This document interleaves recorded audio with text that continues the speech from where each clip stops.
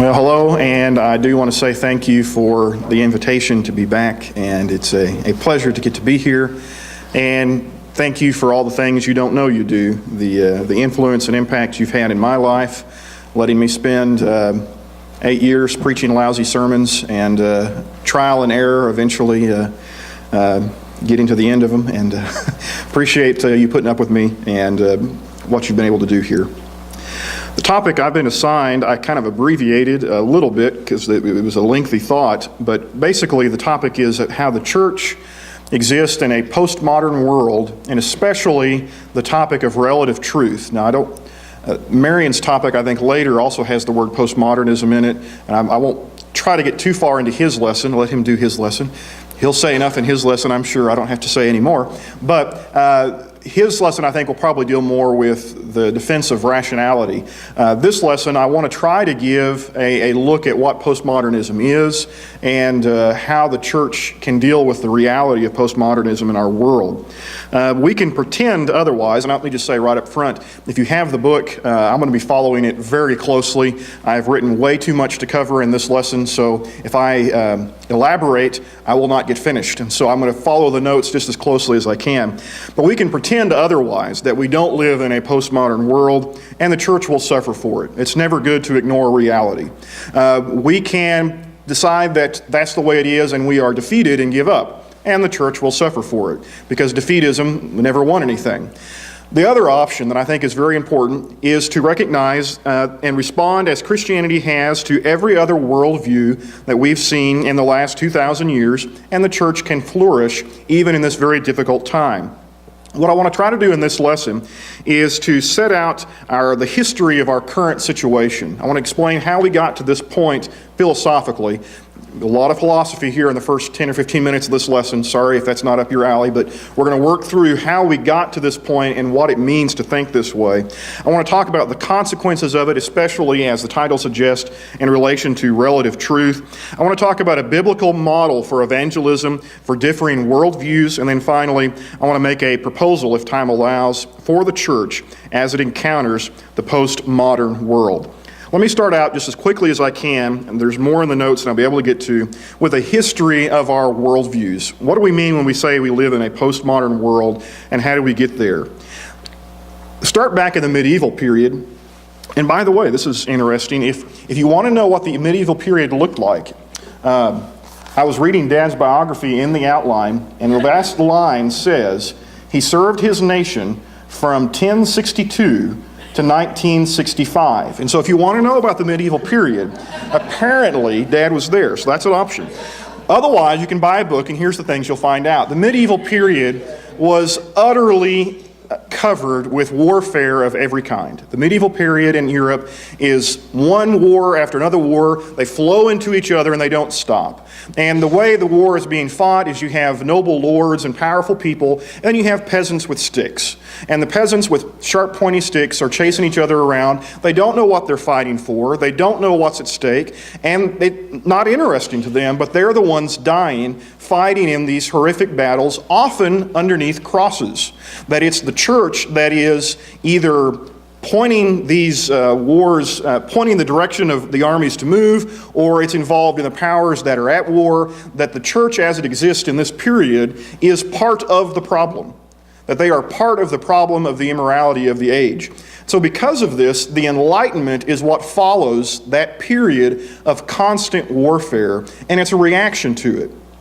It's a realization that following the church in that period had got us into a lot of trouble. So Voltaire writes, we have beheld our Europe overspread with barbarians after the fall of the Roman Empire, and these barbarians, after becoming Christians, continually at war with Mohammedans or else destroying each other. All history then, in short, is little else than a long succession of useless cruelties. The field and the scaffold ran with blood on account of theological arguments, sometimes in one century, sometimes in another, for almost 500 years without interruption. And the long continuance of this dreadful scourge was owing to the fact that morality was always neglected to indulge a spirit of dogmatizing.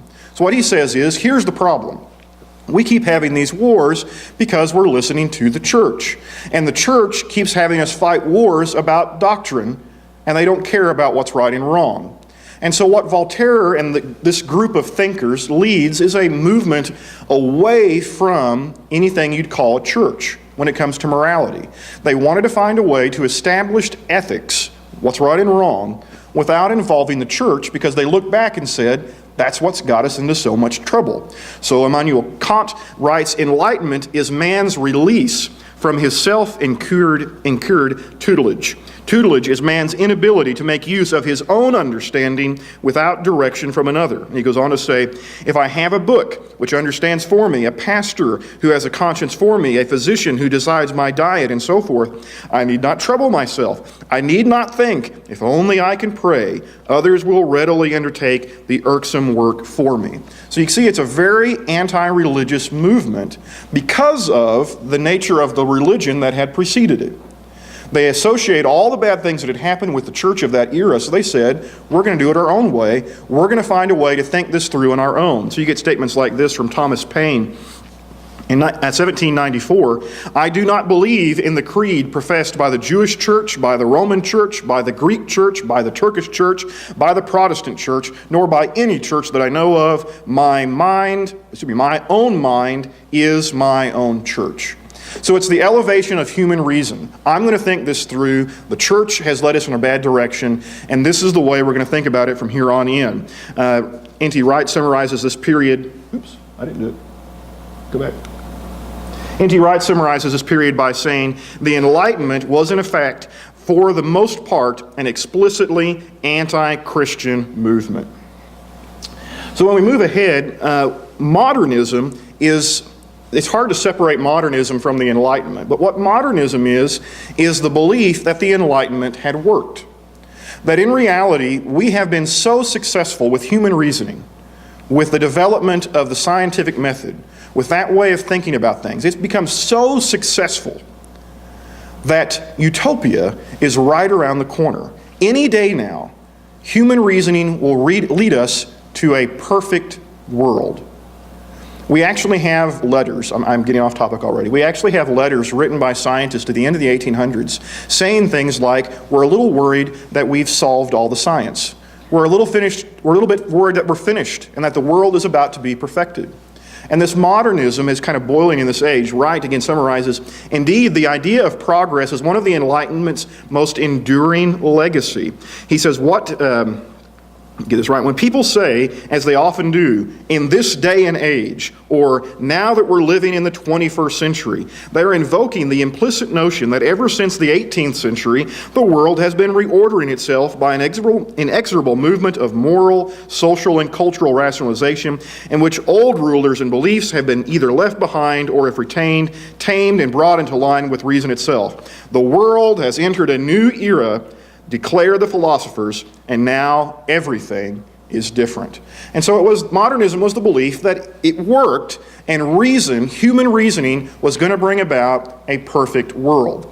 This comes crashing headlong in the 20th century with World War I and then World War II, and if we can look at Nazi Germany and World War II as just a case in point, Nazi Germany is the perfect modernist society.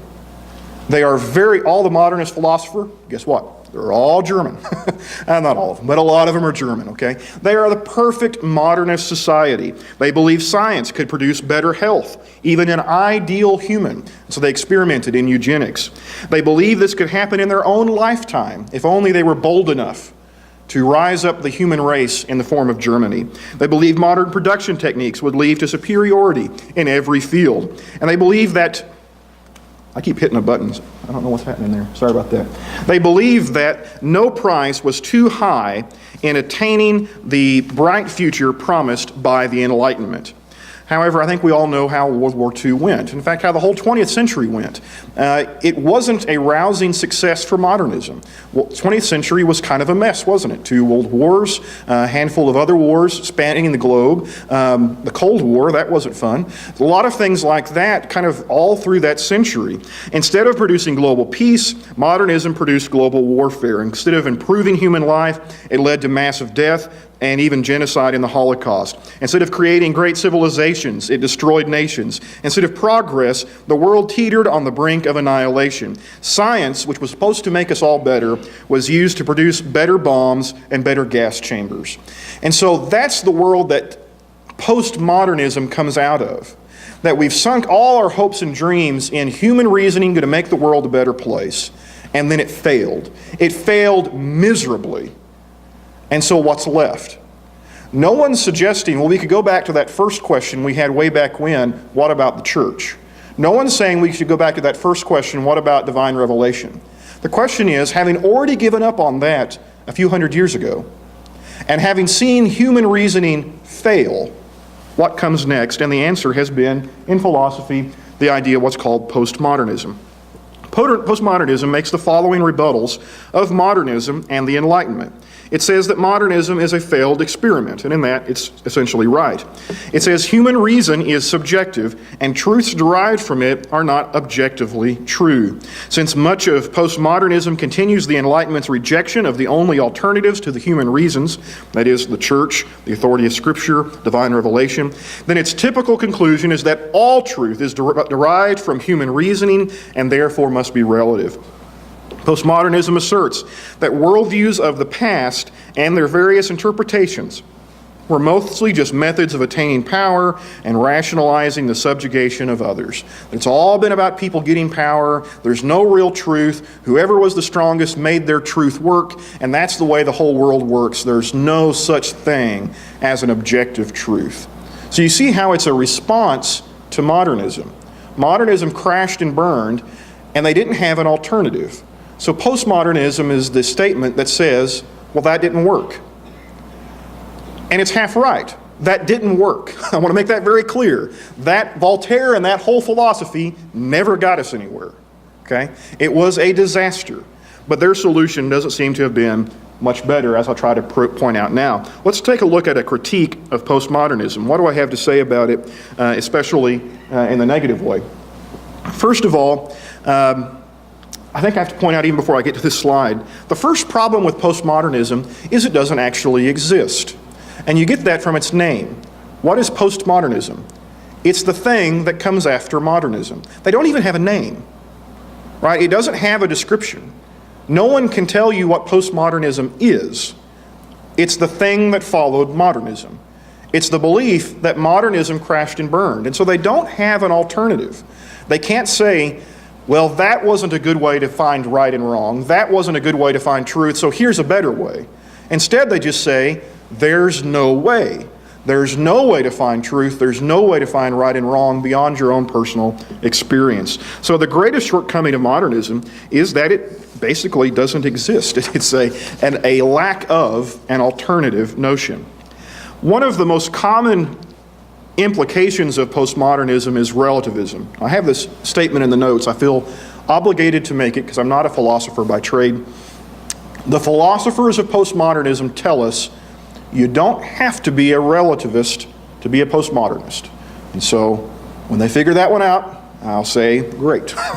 But they hadn't shown it to me yet. Every time I look at postmodernism, I end up in the same spot in this thing called relativism. And what do we mean by that? Relativism is a recognition that all previous attempts at determining truth and right behavior have failed. Thus, any assertion of truth of any kind is equally valued. Well, that sounds nice. I like equal, don't you? But what does it mean? What it means is no truth is objectively true.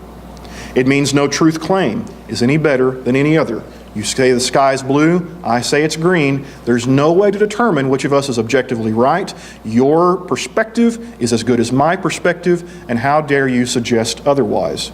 Now that sounds a little silly when you say it that way, but that is the current in the world we live in. That is the way, and can I be mean? I look out here and I see a lot of gray heads. I've got too much myself, and it's mostly your fault, I think, but people younger than this group, this is the way they are increasingly seeing the world. And that's the world that we're having to live in and think about as a church. What are the conclusions for religion? I stole this section from a book named by Timothy Keller called The Reason for God, Belief in an Age of Skepticism. And he outlines 4 cliches that we hear from postmodernists and how the church needs to formulate responses to it. One thing we hear is, all major religions are equally valid and basically teach the same thing. Let me first of all say, can we at least agree that if there's a religion out there that encourages child sacrifice, that's a bad one?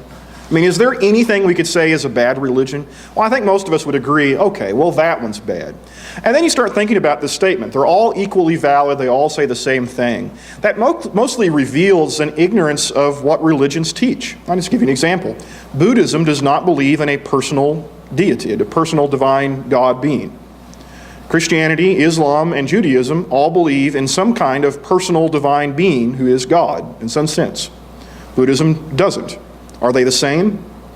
Well, apparently not. I mean, the fundamental tenet, is there a personal divine being or not, is different in those two religions. So when people tell me they basically all the same thing, I think, have you ever read their books? I mean, have you ever looked at what these religions say of those 3 religions I mentioned, Islam, Judaism, and Christianity? It doesn't take very long to see that they come to very different conclusions at times about what right behavior is and what that God they believe in wants you to do. So the suggestion that they're all basically the same, to me, indicates a great deal of ignorance more than it is any kind of great revelation to us. Each religion sees part of spiritual truth, but none can see the whole truth. Well, that sounds nice. Here's my question. How would you possibly know that? In order to know that every religion has a piece of the truth, but nobody has the whole truth, you would have to know the whole truth. You would have to know all of it to be able to say, you've got a piece and you've got a piece, but none of you have all of it. The only way you can say is, for example, the Barnes Church of Christ does not have the whole truth, is if you had some sense of what the whole truth was. But postmodernism says you can't have that. So how would you possibly know if any religion had any kind of truth, let alone piece of it? I think that's a pretty daunting challenge. It turns their philosophy into an exclusive religion, because now the postmodernist is telling you, you only have a part of the truth, and I know because I've got it all. Well, who knows it all now? See, it became a very exclusive club to get into. Religious belief is too culturally and historically conditioned to be truth. And here's how this will normally go. You know why you're a Christian? Because you're from the Bible Belt. That's why you're a Christian. If you were from Morocco, you'd be a Muslim. What they're trying to say is, demographically, right, geographically, there are more Christian people in the Bible Belt, and there are more Muslim people in Morocco. And so they're trying to say there's really no truth to these claims, it just matters where you were born. But let's think about that a little bit further. Did you know if you were born in Morocco, you're probably not a postmodernist either? In fact, if you were born in England, there's about a 20% chance you're an atheist and about a 25% chance you're an agnostic. Does that mean atheism and agnosticism are just culturally conditioned beliefs that you got because you were born in the right place? I mean, yeah, there are places where more people are Christian, and there are places where more people are Muslim. Yes, we are very much inclined to believe the same things as the people who lived around us. But what are you going to do about it? Stop looking? Stop asking tough questions? Give up because all truth is based on the guy who lives next door to you? No, I think we have to recognize, yes, we have biases. Yes, we're influenced by the world we live in. But that doesn't negate our obligation to go looking for truth and considering what we can know and what we can't know. Finally, postmodernists like to say that it is arrogant to insist that your religion is right and to convert others to it, which is great, except all the postmodernists want you to be a postmodernist. So they're perfectly happy to convert you to postmodernism, but don't go trying to convert people to Christianity, because that's kind of egotistical. That's kind of narrow-minded of you. You've never been tolerated till you've met a tolerant person, right? I mean, that's really tolerant until you say something about truth, and then they get kind of upset. They want you to believe like they do. Everybody is exclusive when you think about it, about what we believe. I've never met a person who looked me in the eye and said, I'm pretty sure I'm wrong about everything. Everybody thinks they're right. The postmodernists are not excluded from that. Of course they think they're right, and we think we're right. So let's stop pretending that one of us is egotistical and the other one's not, and let's get to the business of figuring out what we can and can't know. What does this worldview do for evangelism? That's the topic of the lectureship, and I want to spend a minute or two on that. I think there are some very big implications for the church that we live in a postmodern culture. First of all is what I'm going to call the impotence of the evangelist. And here I'm going to take a quote from N.T. Wright, and he says, "All we can do with the Bible, if postmodernity is left in charge, is to play with such texts as give us pleasure, and issue warnings against those that give pain to ourselves or to others who attract our usually selective sympathy. This is where a good deal of the Western church now finds itself. The fact that this position is merely assumed, not usually spelled out, makes it all the more potent, since postmodernity is currently what feels right in Western culture and does not open itself to the challenge by coming out into the open." What's his point? If postmodernity is left in charge, what does a postmodern preacher sound like? Well, there's no absolute truth. There's no objective truth. And so I can take the Bible and I can preach out of it. I can kind of play with the text. The Bible becomes a toy for me to kind of do things that are fun with. But I don't have any punch to the sermon. I don't have anything to say that what you are doing is morally objectionable and needs to change, or what Christ is doing is morally right and needs to be imitated. I can't say it. And so I play with the text and I have fun with it. That's all you can do in a postmodern world, and the evangelist becomes impotent. Where he goes on to say, postmodernism cannot successfully challenge real evil, since every challenge can itself be deconstructed into the hidden motivations of the challenger, and Scripture itself is thereby muzzled into silent connivance with radical evil. The Bible that can't say anything true says nothing. And worse than saying nothing, it will eventually support evil. Because if it can say anything, that's the thing we're going to want it to say. And so the Bible becomes a tool to support evil rather than God's voice rebuking evil. Because there's no such thing as evil in a postmodern world. So the evangelist becomes impotent and loses his power to do the job of an evangelist. I have some more actually in the notes. Let me just say a word or two. There's also a disconnect with the lost at this point that I think is very noticeable. The evangelist who has fully ignored postmodernism may find himself disconnected with his audience who has embraced it.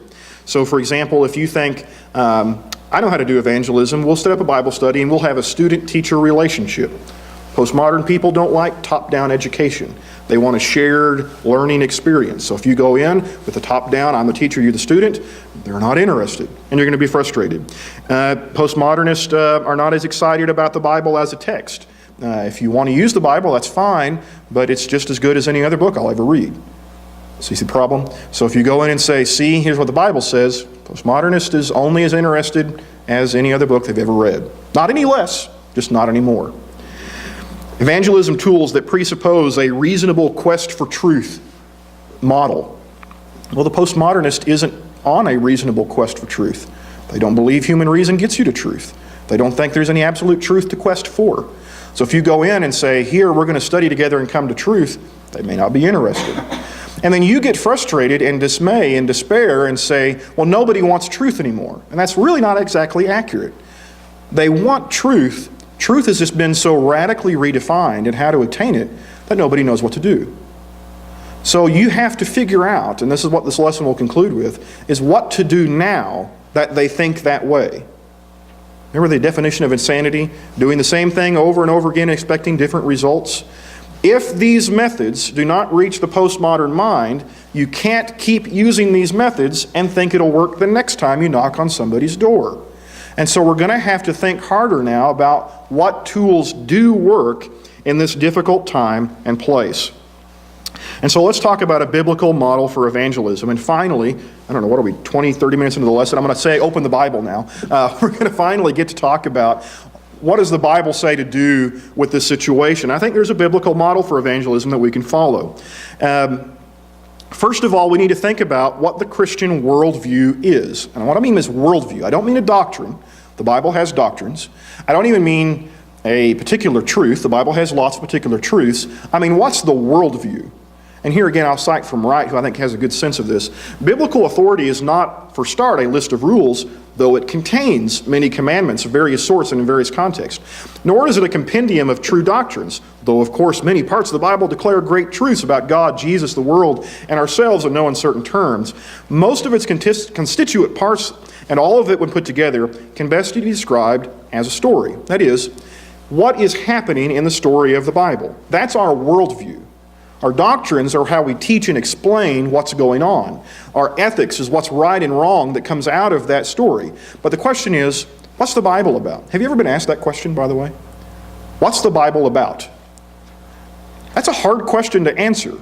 When you get the answer, you've arrived at what the Christian worldview is. The Christian worldview says what the Bible is about is this story of what God has done with us and how we fit into it. That's the worldview we're trying to get people converted to.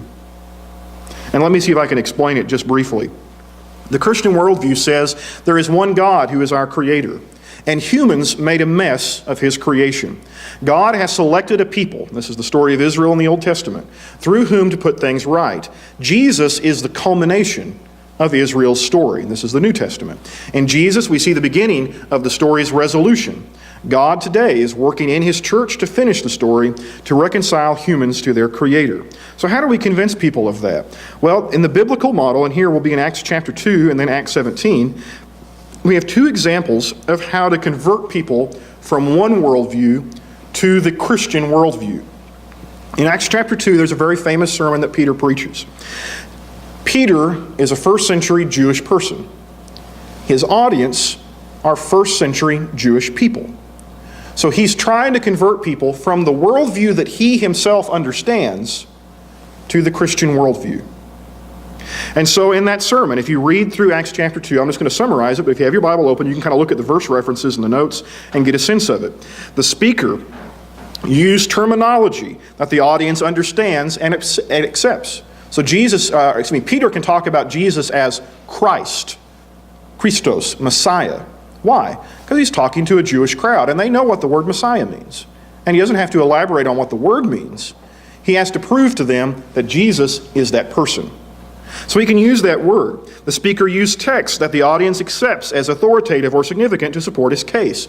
So in that sermon in Acts chapter 2, in verse 16 to 21, 25 to 28, 34 to 35, Peter keeps quoting from the Hebrew Scriptures, from the Old Testament. Why is he doing that?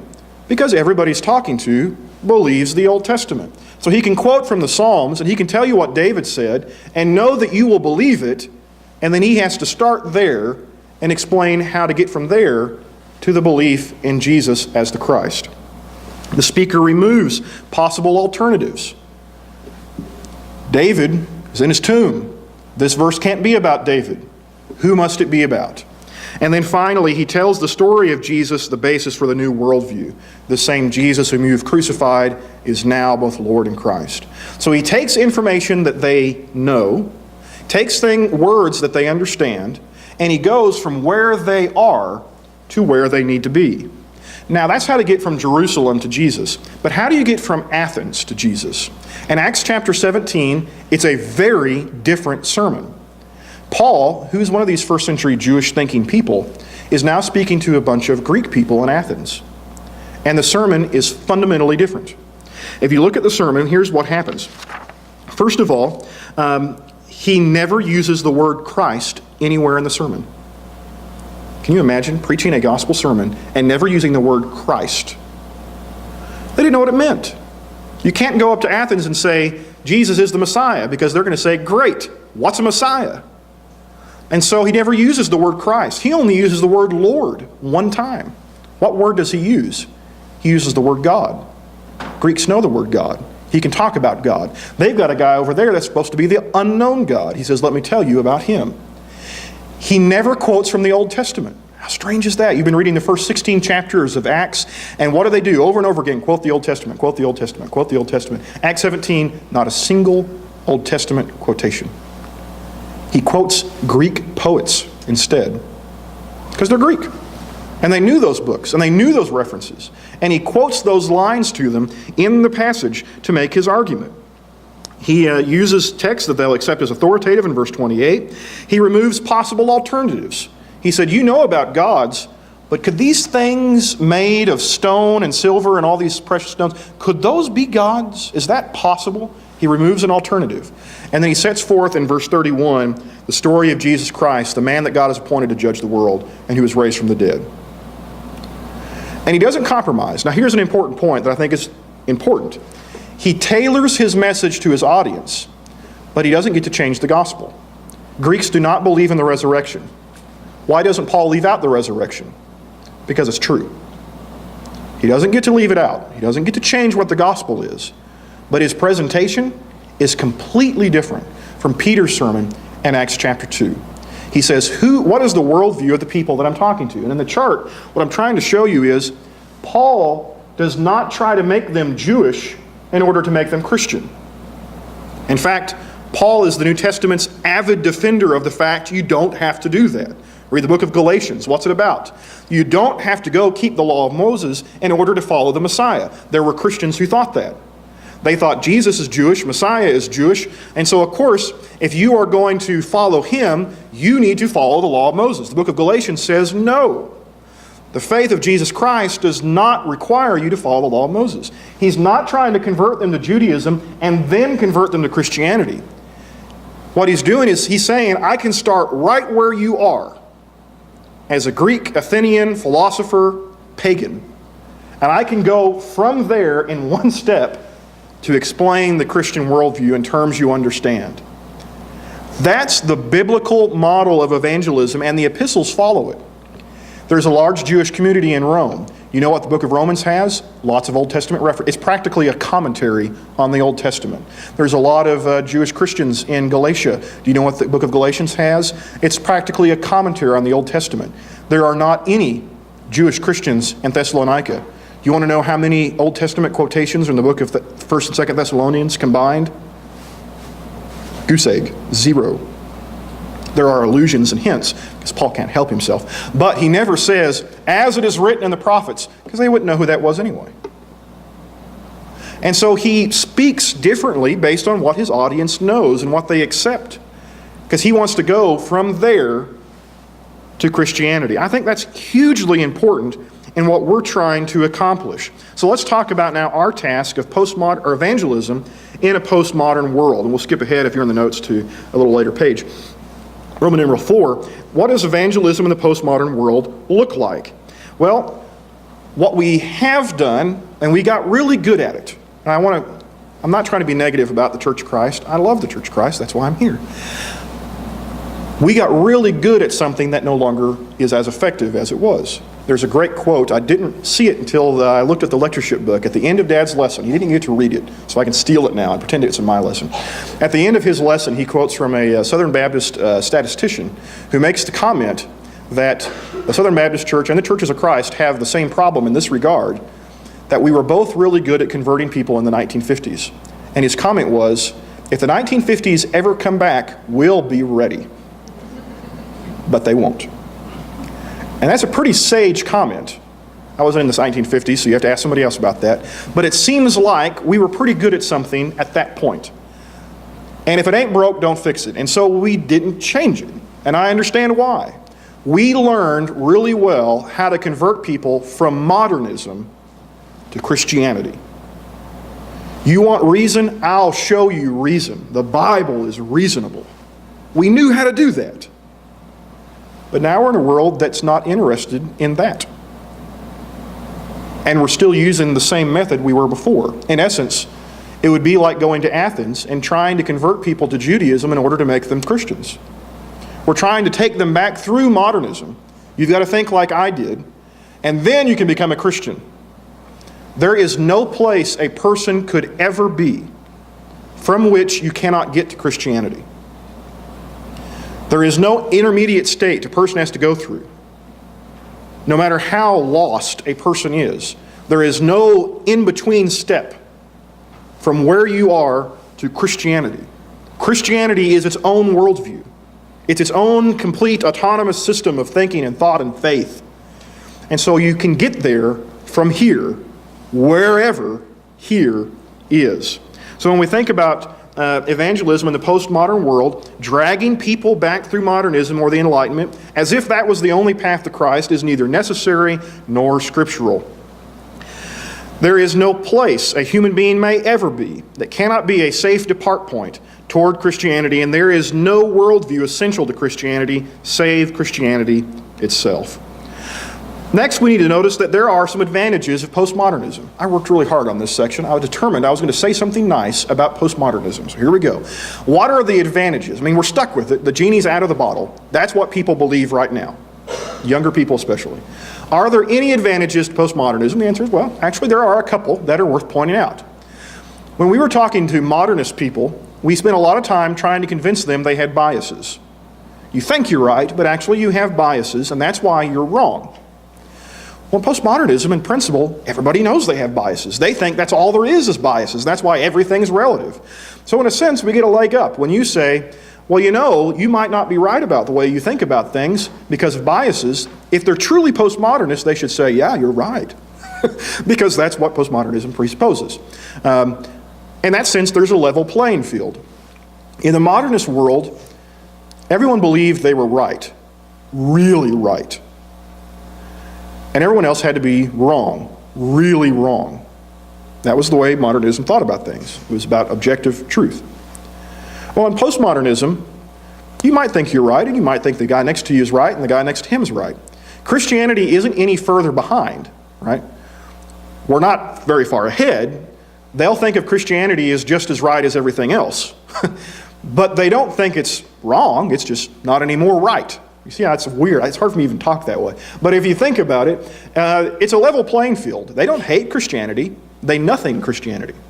They don't care.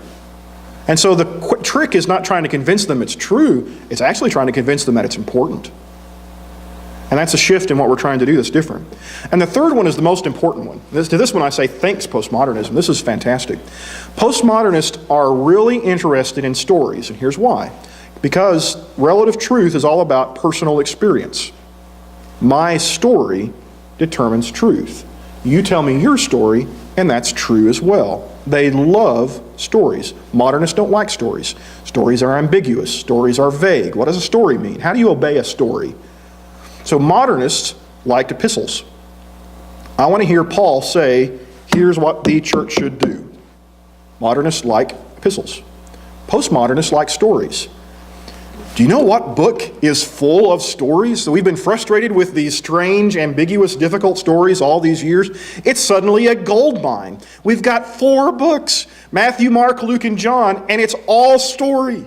It's a story about the person we're trying to get people to believe is important. If you like stories, have I got a book for you? And we can preach those stories, and people love them. They're not interested in clear statements of doctrine because they don't think there's any such thing. We're going to have to work on that. But if you're talking about an entry point into the postmodern world, a fascinating story about a fascinating man, yeah, they're excited. And here's a bonus. Guess what other part of the Bible is full of stories? The Old Testament. All those really weird, bizarre stories that you didn't know what to do with, postmodernists love them. They love the ambiguity and the strangeness of those stories. They don't know what to do with them. And this is different. The modernist, if you tell a modernist the story of Jonah, you're going to spend the next 30 minutes trying to convince him that Jonah could have ever actually been swallowed by a whale. You never get to what the story means. You end up spending 30 minutes trying to talk about whether or not a man can be swallowed by a fish. The postmodernist doesn't care. He doesn't care if a man can be swallowed by a fish or not. He wants to know what's the story about. And we get to tell the story of Jonah, about what it means to run from God and the descent down into trouble that always leads you to. We get to talk about Jonah's personal problem with the people of Nineveh and what that means. We get to talk about that stuff again because they're interested. So as a point of entry, I'm not saying this is where we stop, but as a point of entry, the stories, the narratives of the Bible suddenly become very interesting again to this group of people. Where to us we thought, that's the most difficult stuff in the Bible to teach. Give me Paul any day. I don't want to preach through the Gospels because it's tough. It's stories. They love stories. So I say, thanks, postmodernism. I got my Bible back. I get to talk about all of it now because people are interested in that kind of material again in a way that they haven't been in a long time. We also need to understand that we're teaching an alternate worldview.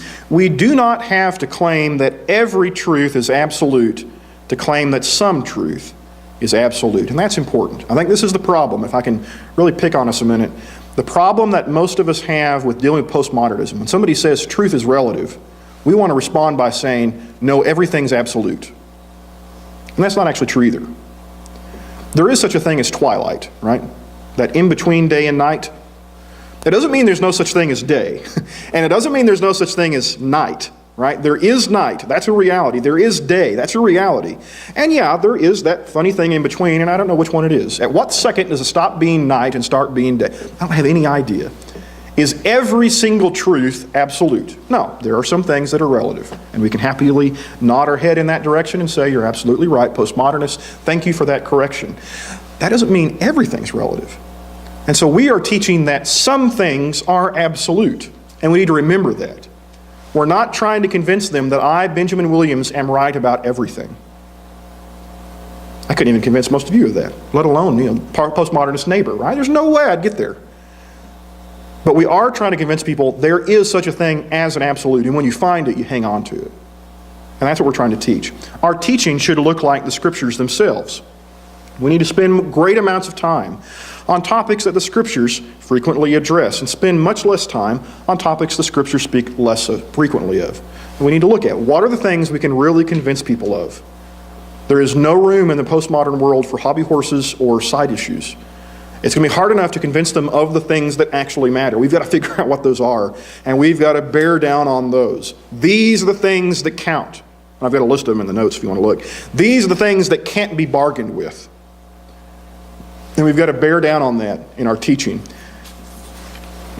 We do need to recognize and be willing to acknowledge the limitations of human knowledge and reasoning.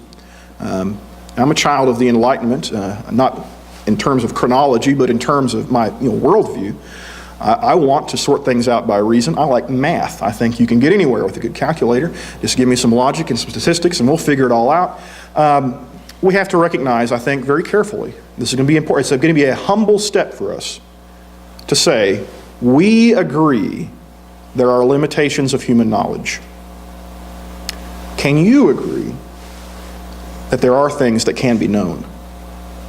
So I've got one side saying I can know everything. That's the modernists. I've got the postmodernists who said I can't know anything. Christians say I can't know everything. There are some things I know. And that's the difference of the world we're trying to convince them of. Ecclesiastes 3 verse 11 says it like this. He has put eternity into man's heart, yet so that he cannot find out what God has done from the beginning to the end. There are horizons past which human knowledge cannot see. There are limitations. There are places we can't go. And we can acknowledge that in humility. In fact, if I can suggest, we can take a page out of Restoration history. I love this line from Thomas Campbell in Declaration and Address. And he's a child of the Enlightenment, if ever there was one. But listen to this humility. Although inferences and deductions from Scripture premises, when fairly inferred, may be truly called the doctrine of God's holy word, yet are they not formally binding upon the consciences of Christians farther than they perceive the connection, and evidently see that they are so. For their faith must not stand in the wisdom of men, but in the power and veracity of God. Therefore, no such deductions can be made terms of communion, but do properly belong to the after and progressive edification of the church. Hence it is evident that no such deductions or inferential truths ought to have any place in the church's confession. What is he saying? He's saying, I don't believe in reason? No, he believes in reason. Read his stuff. They love reason. The Campbells are big on reason. But what he's saying is, there is a limit to how strongly I can demand that you agree with my reasoning. There are things from Scripture that are plainly stated, and we're not moving anywhere on those. There are things that we deduce from Scripture. And he even says they are true.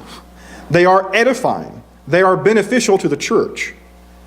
But I can't demand that everyone have perfect human reasoning, because that makes my salvation about perfect human reasoning and not about the things that God has plainly revealed. So that limit of reason, that understanding of humility is going to go a long way.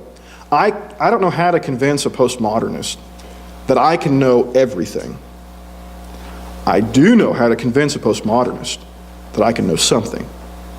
And that distinction is enormously important. We're not trying to convince them that I know everything. We are trying to convince them of the gospel of Jesus Christ and all that it entails. So let me conclude then with this reading from 1 Corinthians 9, 19 to 22, where Paul, and I'm sorry, the text changed on me, so it's running off the page, but Paul really sums up the evangelistic model that I think I'm trying to explain. For though I am free from all, I have made myself a servant to all, that I might win more of them. To the Jews I became as a Jew, in order to win Jews. To those under the law I became as one under the law, though not being myself under the law, that I might win those under the law.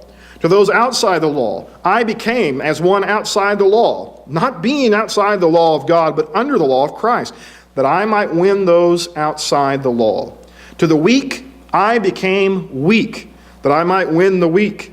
I have become all things to all people, that by all means I might save some. As the world continues to change, Christians need to imitate Paul in that he demonstrates flexibility of presentation and behavior while maintaining consistency of message and faith. The gospel is not up for negotiation, but we'll move heaven and earth to find a way to present it in a way that is the most convincing and persuasive for the world that is, not the world that we wish there was. The whole gospel story is recognizing that we don't have the world that God wants. Christ has come to make that possible. We can get there from here, and we do it through the gospel of Jesus Christ. Tonight, if it is the case that you believe the gospel of Christ and have come to believe in those truths that can be known about Him, to believe in Him and to change your life to conform to His image, to confess those great truths as a good confession, to be baptized, to rise in a life conformed to His life, or if there's some other reason that the church could be of service to you as we stand and sing, won't you come at this time?